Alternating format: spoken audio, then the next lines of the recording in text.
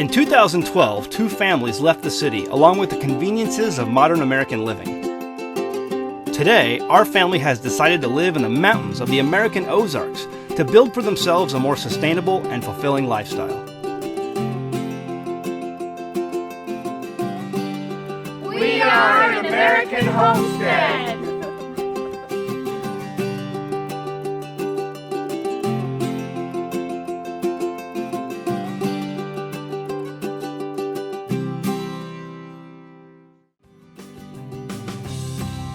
This week on An American Homestead, we kick off Season 3 and visit another American homestead who needed some help with butchering a cow. We take you along for the ride to show you all the details. Plus, we start off the season with a giveaway to our audience. Thanks for watching, and be sure to visit us online at anamericanhomestead.com.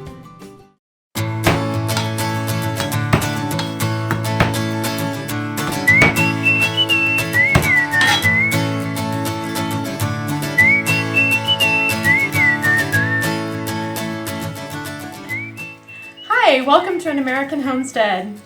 This season we thought we'd kick off by featuring another homestead family. This family had a cow that they needed to butcher, and Zach wanted to go and help. He got it all on video just so that you can learn how to butcher a cow along with him. Stay tuned to the end of the episode when we will announce the winner for our An American Homestead giveaway.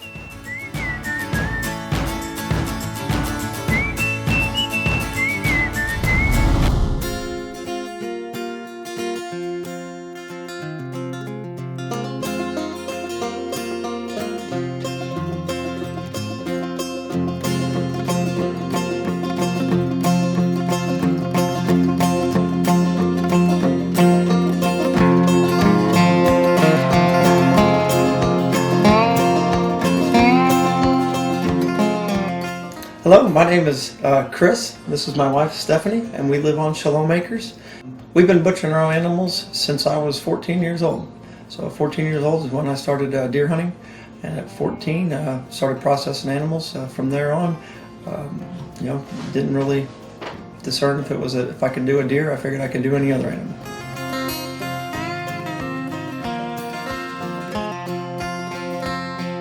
So we've been raising grass-fed beef here on our homestead now for just over 2.5 years. And it's one of those pieces where we came into it by bottle feeding some Jersey Angus crosses, little steers, and we decided that it was something that we wanted for our own benefit. We knew it was a long time to grow them out, but if we didn't take the time, we would never get our own grass-fed beef. It's been wonderful. That was a great opportunity for the kids. They actually raised them from when they were 3 days old up until now.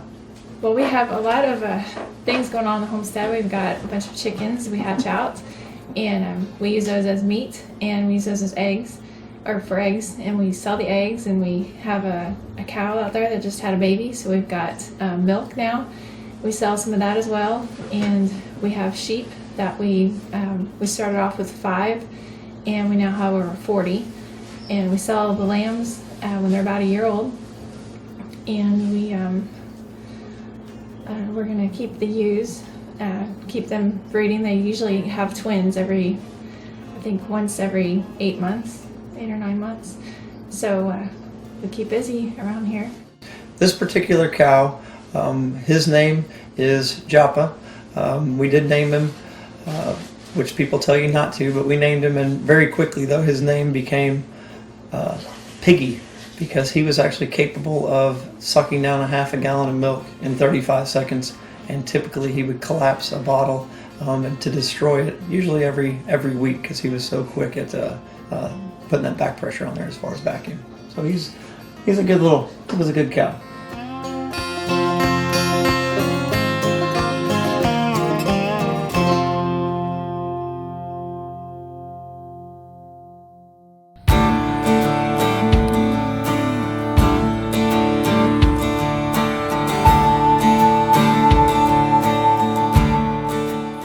Tenderloin is going to be, on a good end, about the size of from here to here.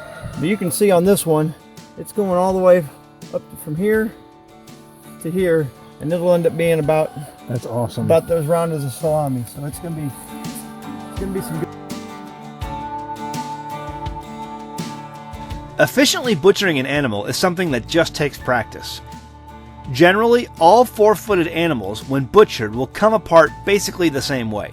They will have similar bone structure, similar muscle structure, intestines and organs can be removed in the same fashion. This cow, because of its size, needed a very sturdy gambrel and platform on which to hold the carcass during butchering. The block and tackle holding the cow was originally used on a U.S. Navy frigate when it was saved by Chris before going to the salvage yard.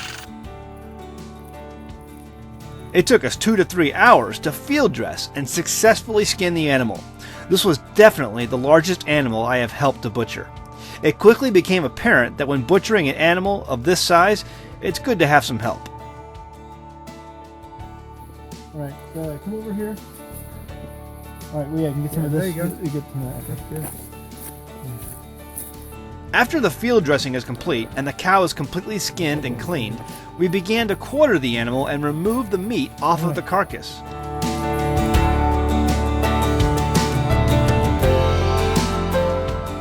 Little by little, we brought the animal inside where additional helpers went to work on cutting up the meat into smaller pieces that would fit into the meat grinder.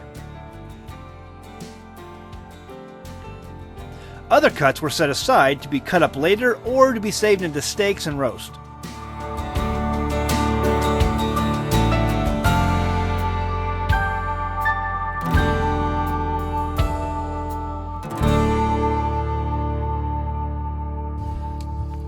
So right in here, where your backbone, as far as where it meets, along with the filet mignon, and then your back strap, this ends up being where you get your porterhouses and you also get your T-bone. So up in this area where the tenderloin is the largest, that's where you'll get your porterhouse. As the tenderloin gets smaller, down in here, this is where you get your T-bone steaks. So what I'm doing here is I'm actually feeling the vertebrae of the animal. And I'm feeling the vertebrae, and I'm going to come in. My fingers should be able to fit in there to where the vertebrae is at, and your meat will start separating off. As you do that, you'll start seeing it peel back. As it starts to peel back, you actually start seeing the layers of the meat. This is the most tender part of the whole animal. And as you do this, you're feeling the whole time you're right up next to the bone. You can see the white right in there. That's the bone.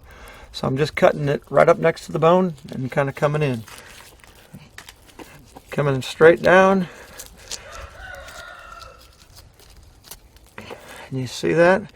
So pulling it right off the bone, all the way down into right here. So then that's my lower portion of the fillet. I'll come back through. Careful to make sure I'm getting right next to the bone.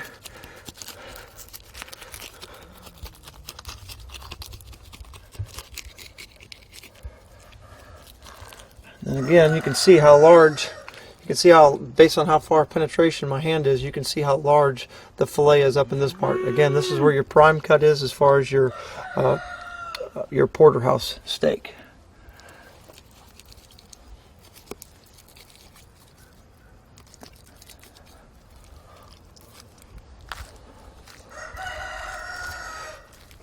I'll come on the back side here, again, touching right up next to the vertebrae. You can see the white.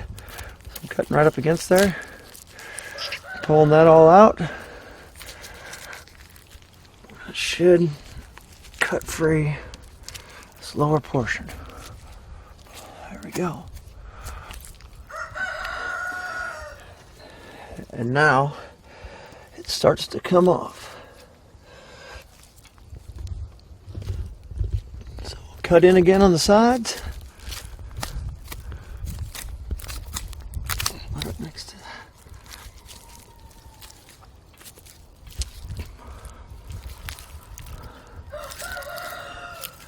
And should tie right up into here. You'll see it actually pull out of the animal. It's just one separate piece. Actually, as you cut up, It's actually separating from what's considered your back leg. Just continue to pull. It will pull right on out. There's a little bit of fat, but we'll clean that up when we get on the inside. But that is your fillet.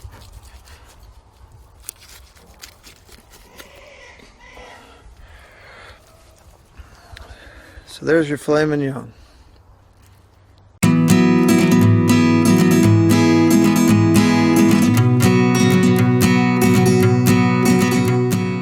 Tell me what you're doing here. Right now I'm going ahead and cutting up the ribeyes. So cutting up the ribeyes into about 3/4 to 1 inch thick, and just making some beautiful steaks, packaging them up and getting them ready to put in the freezer. Just a nice cut of meat. Just really feel good about it. Haven't seen anything like this come out of the store in a while, so I'm glad to have it for the family.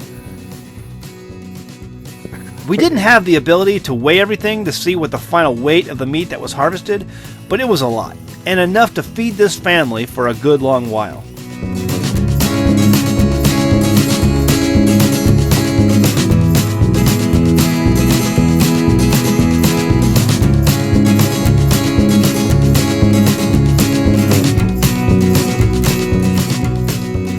Raising our own food is satisfying to me and my family, because when you look at the meat and stuff that we get in the grocery store, they talk about the different, red slimes and all that stuff that goes back into it. We know exactly 100% what our meat is, and our meat is all strictly, nice red meat.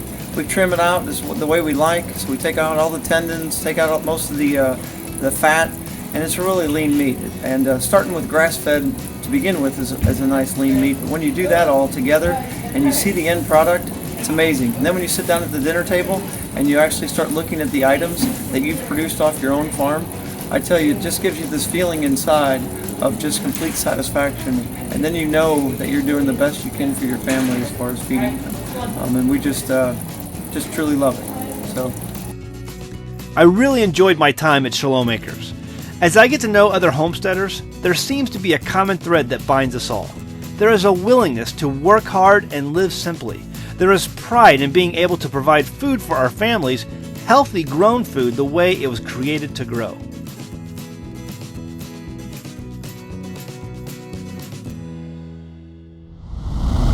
It took us 2 days to butcher that cow. It was a lot of work, but at the end of the day, there was a lot of meat that the family could use. His wife, Stephanie, was in the kitchen most of that time, preserving and canning some meat as well to save for the family. They were gracious enough to give us a lot of the meat bones, the leg bones and the back bones that we had cut up, and take that home here on our homestead. And Jamie made some amazing tasting beef broth that we canned, and you can see a video of that. At any point during our videos, you can scroll over with your mouse and see the little eye in the corner and click on those and see the related videos that are associated with any of our videos that we're doing at the time. And so you can see the video with Jamie going ahead and canning that beef broth. It turned out amazing. So it was a great experience. But there's a lot more to Shalom Acres than meets the eye. Check this out.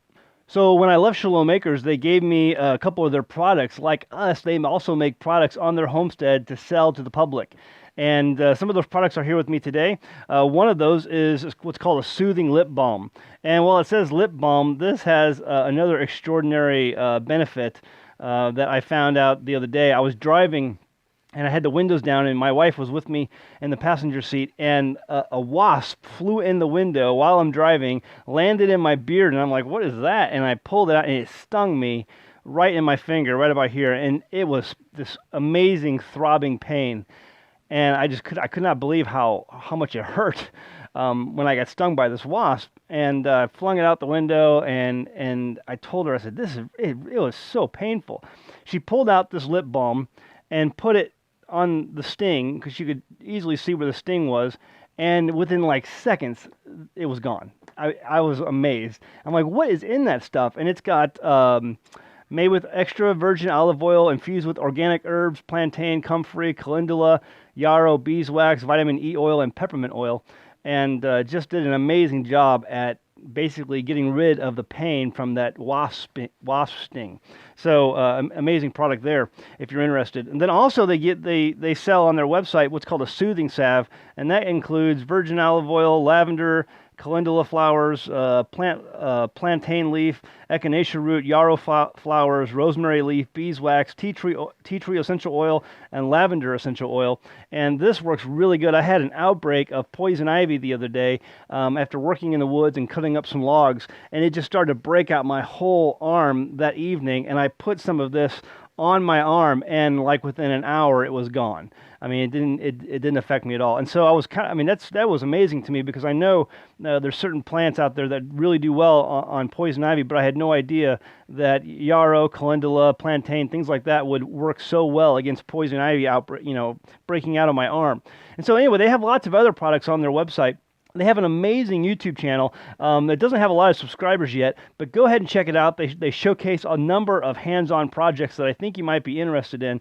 If you check it out, I'll link to their YouTube channel below in the description, and you can watch them do all kinds of things with working with their animals and building fences, and just some amazing projects, hands-on projects that I think you'll enjoy. If you enjoy this channel and some of the projects that we do, I think you'll enjoy their channel as well. Go ahead and check it out, and if you want to subscribe, I really know that they would really appreciate the subscribers from our channel. Also, if you're interested in things that we're interested in, you would definitely be interested in the stuff that they do as well. And then check out some of their products. They have their website. It's shalomacres.net.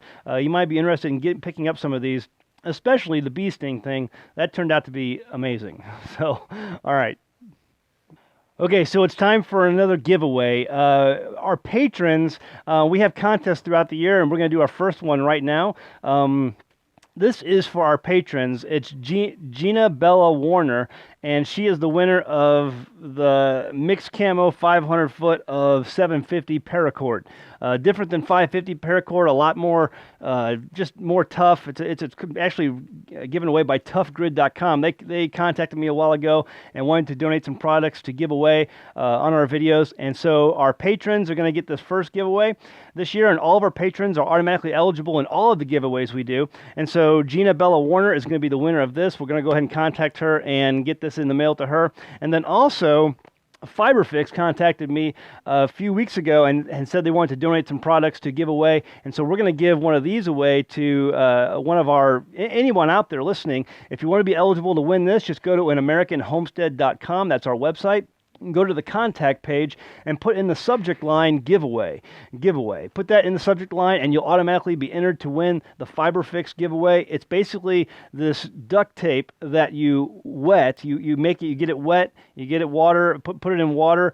Submerge it in water, and then you wrap it around anything that's broken, and it basically becomes like cement, and will basically fix anything. And so we're going to do another video. I have another package here where I'm going to do a review video showing just how it works on a hose that has a cut in it, and to repair a broken hose with this Fiberfix. So if you would like to be entered in our next giveaway, it's going to be given away in episode 6 of season 3. Go ahead and go to our website at AmericanHomestead.com, go to the contact page on our website, and then put in the subject line giveaway. And we'll make sure to enter you into the contest to give this away in episode 6 of season 3. So there you go, Fiberfix. All right, Gina Bella Warner, you're the winner of the Tough Grid 750 paracord. We'll get that in the mail to you soon. We'll contact you about your address. And thanks to everyone for watching our videos. If you enjoy our videos, please subscribe. Please give it a thumbs up. And please share it on social media websites like Facebook and Twitter. It really goes a long way at helping us here on the Homestead. And so we really appreciate all of our audience. All right, guys, we'll see you next time on American Homestead.